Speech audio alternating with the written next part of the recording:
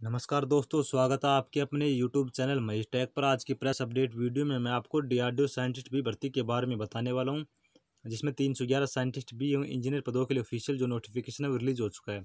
दोस्तों, आज की वीडियो में मैं आपको सब कुछ स्टेप बाय स्टेप बताने वाला हूँ कि आपको फॉर्म कैसे अप्लाई करना है, इसके लिए क्या क्या कंडीशन है और इसका एग्जाम पैटर्न क्या है, और साथ ही जो चयनिंग प्रोसेस की प्रक्रिया क्या है। इसके लिए दोस्तों आप वीडियो को अंत तक जरूर देखते रहिए, और अभी तक आपने हमारे चैनल को सब्सक्राइब नहीं किया तो प्लीज़ चैनल को जरूर सब्सक्राइब कर लें।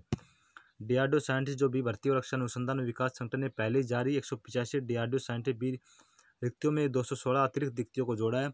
रिक्तियों की संख्या अब टोटल हो गई 311।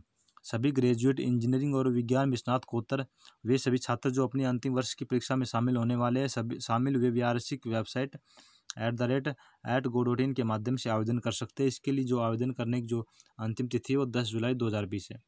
उम्मीदवार भर्ती प्रक्रिया, शैक्षणिक योग्यता जैसे सभी आवश्यक विवरण है हम आपको नीचे स्टेप बाय स्टेप बताने वाले। इसके लिए दोस्तों आप वीडियो को अंत तक जरूर देखते रहिए। दोस्तों, जो इसकी अधिसूचना जारी हुई थी वो 14 मई 2020 को जारी हुई थी। साथ ही जो आवेदन प्रारंभ होने की जो तिथि है वो 29 मई 2020 से है। ऑनलाइन आवेदन जमा कराने की जो अंतिम तिथि है वो 10 जुलाई 2020 है। इसके अलावा जो DRDO 2020 साइंटिस्ट जो लिखित परीक्षा होगी वो अक्टूबर 2020 में है। इसके अलावा दोस्तों हम इन रिक्तियों की बात कर लेते हैं। इसमें जो पार्ट फर्स्ट है उसमें इलेक्ट्रॉनिक और कम्युनिकेशन इंजीनियरिंग के लिए टोटल पोस्ट है 77 + 4 पोस्ट है, और मैकेनिकल जो इंजीनियरिंग उसमें 74 + 8 पोस्ट है। कंप्यूटर साइंस में इंजीनियरिंग के लिए 59 + 1 पोस्ट शामिल है। इसके अलावा जो पार्ट सेकंड है उसमें इलेक्ट्रॉनिक इंजीनियरिंग के लिए टोटल पोस्ट 12 है।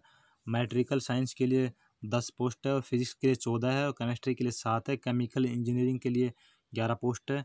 एरोनॉटिकल जो इंजीनियर उसमें टोटल पोस्ट है 12 + 5 है। इसके अलावा जो मैथमेटिक है उसके लिए 4 पोस्ट है, और सिविल इंजीनियरिंग के लिए टोटल पोस्ट 3 शामिल है। इसके अलावा जो दोस्तों इसका जो पार्ट थर्ड है फिजियोलॉजी के लिए इसमें टोटल पोस्ट है 10। इसके अलावा दोस्तों जो इसमें बताया गया है कि vacancies physiology are for and carded post of scientist B and very selection board of centre under army headquarter, navy headquarter, air headquarter and generally not transferable to DRDO as एबलिजमेंट।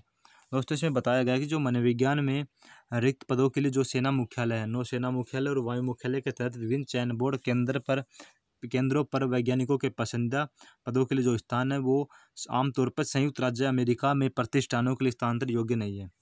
इसके अलावा दोस्तों इसमें बताया गया है कि 4 out of the total vacancy of DRDO are reserved for person of disabilities, and 2 vacancy for PWD orthopedic handicapped category and 2 vacancy for PWD hearing handicapped category in the marked subject disciplines।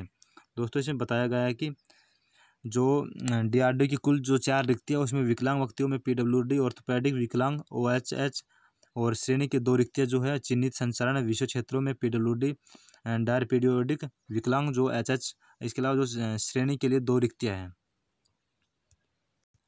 इसके अलावा दोस्तों इसमें candidate उम्मीदवार के लिए क्या क्या शैक्षणिक योग्यता होनी चाहिए एक बार उनको भी देख लेते हैं। इलेक्ट्रॉनिक एंड कम्युनिकेशन जो इंजीनियरिंग है उसमें किसी भी मान्यता प्राप्त विश्वविद्यालय से इलेक्ट्रॉनिक एंड कम्युनिकेशन इंजीनियरिंग में इंजीनियरिंग या प्रौद्योगिकी में स्नातकोत्तर इसके समक्ष की डिग्री होनी चाहिए।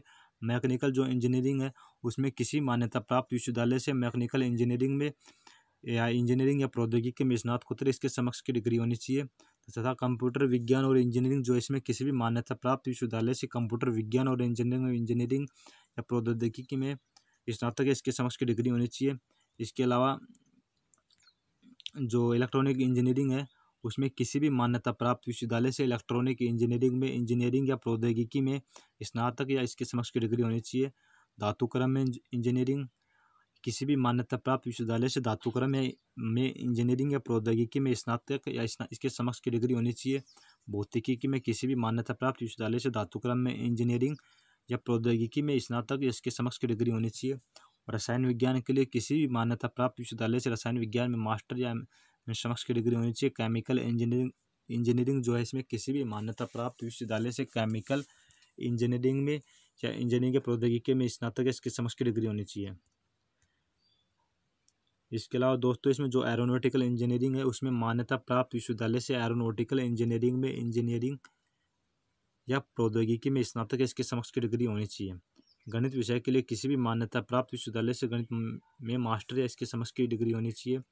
सिविल इंजीनियरिंग में किसी भी मान्यता प्राप्त विश्वविद्यालय से सिविल इंजीनियरिंग में इंजीनियरिंग या प्रौद्योगिकी में स्नातक इसकी समकक्ष की डिग्री होनी चाहिए।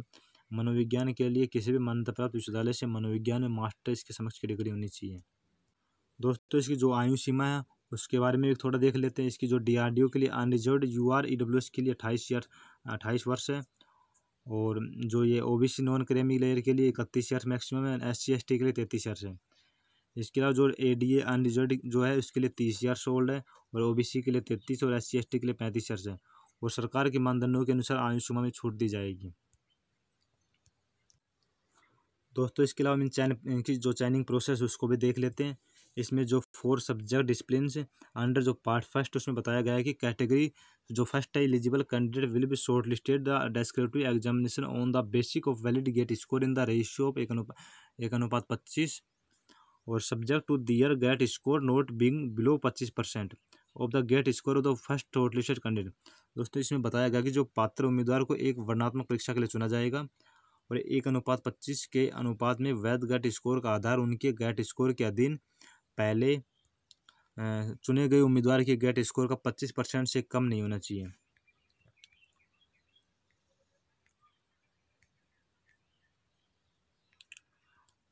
और दोस्तों इसमें जो बताया गया है कि कैटेगरी सेकंड जो इसकी all eligible IIT NIT graduate engineering और with minimum 80% aggregated mark in equivalent degree will be called descriptive examination है।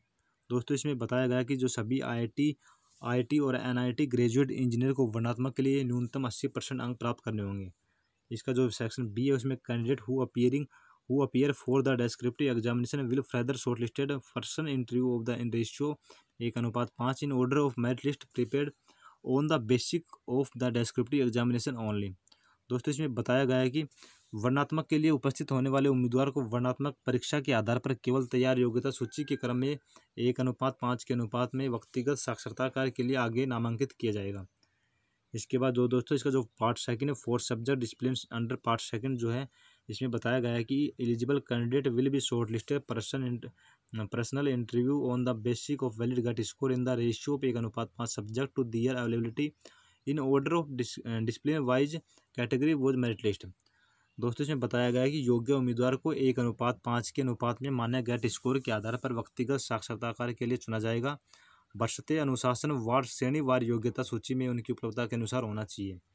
इसका जो दोस्तों पार्ट थर्ड है उसमें बताया गया है कि eligible candidate will be shortlisted are personal interview from amongst the candidate who have at least qualified assistant professor on the basic of the aggregated percentage of marks in NET in ratio 1:5 subject to their availability in order of category wise merit list. दोस्तों इसमें बताया गया कि पात्र जो उम्मीदवारों को व्यक्तिगत साक्षात्कार के लिए उन उम्मीदवारों में से चुना जाएगा जिन्होंने कम से कम इसमें सहायक प्रोफेसर के लिए योग्यता प्राप्त की हो, साथ ही 1:5 में शुद्ध श्रेणी के अनुसार योग्यता सूची के क्रम में उनकी उपलब्धता के अधीन होना चाहिए। इसके अलावा दोस्तों इसमें जो एग्जाम पैटर्न है वो है इसका जो सेक्शन फर्स्ट है उसमें 100 क्वेश्चन होंगे जो कि 400 मार्क्स होंगे। इसके अलावा जो इसमें सेकंड जो सेक्शन है वो लॉजिकल रिलेशन और specially reasoning concept formation numerical reasoning abstract जो रीजनिंग है वो टोटल नंबर के क्वेश्चन इसमें 150 हो गए, और जो सेकंड सेक्शन 100 नंबर का, इसके अलावा टोटल जो मार्क्स हो गए 500 नंबर के हो गए। इसके अलावा दोस्तों इसके जो आवेदन शुल्क है वो सामान्य UR और EWS और OBC पुरुष उम्मीदवार के लिए 100 रुपये है, और SC ST PW महिला उम्मीदवारों के लिए कोई शुल्क नहीं है। आपको आवेदन कैसे करना है, इस इच्छुक उम्मीदवार को नीचे दी गई लिंक पर क्लिक करके पहले खुद को रजिस्टर करना होगा। दोस्तों इसका जो लिंक आवेदन करने का हम आपको डिस्क्रिप्शन लिंक में उपलब्ध करा देंगे। इसका जो ऑफिशियल नोटिफिकेशन है वो भी उसके माध्यम से डाउनलोड कर सकते हैं। एक बार रजिस्ट्रेशन सफलतापूर्वक हो जाने के बाद उम्मीदवार को DRDO और या ADA के लिए अपनी प्रेफरेंस का चयन करना होगा। जन्म तिथि के संबंध में प्रमाण पत्र, मार्कशीट, जाति, EWS की सेल्फ एटेस्टेड कॉपी होनी चाहिए, शुल्क का भुगतान करें, और इसका फॉर्म अप्लाई करने के बाद इसको प्रिंट के लिए भविष्य के लिए रखें। अगर दोस्तों आपको वीडियो अच्छा लगा तो वीडियो को लाइक और शेयर जरूर करें, साथ ही चैनल को सब्सक्राइब करना न भूलें। जय हिंद, जय भारत।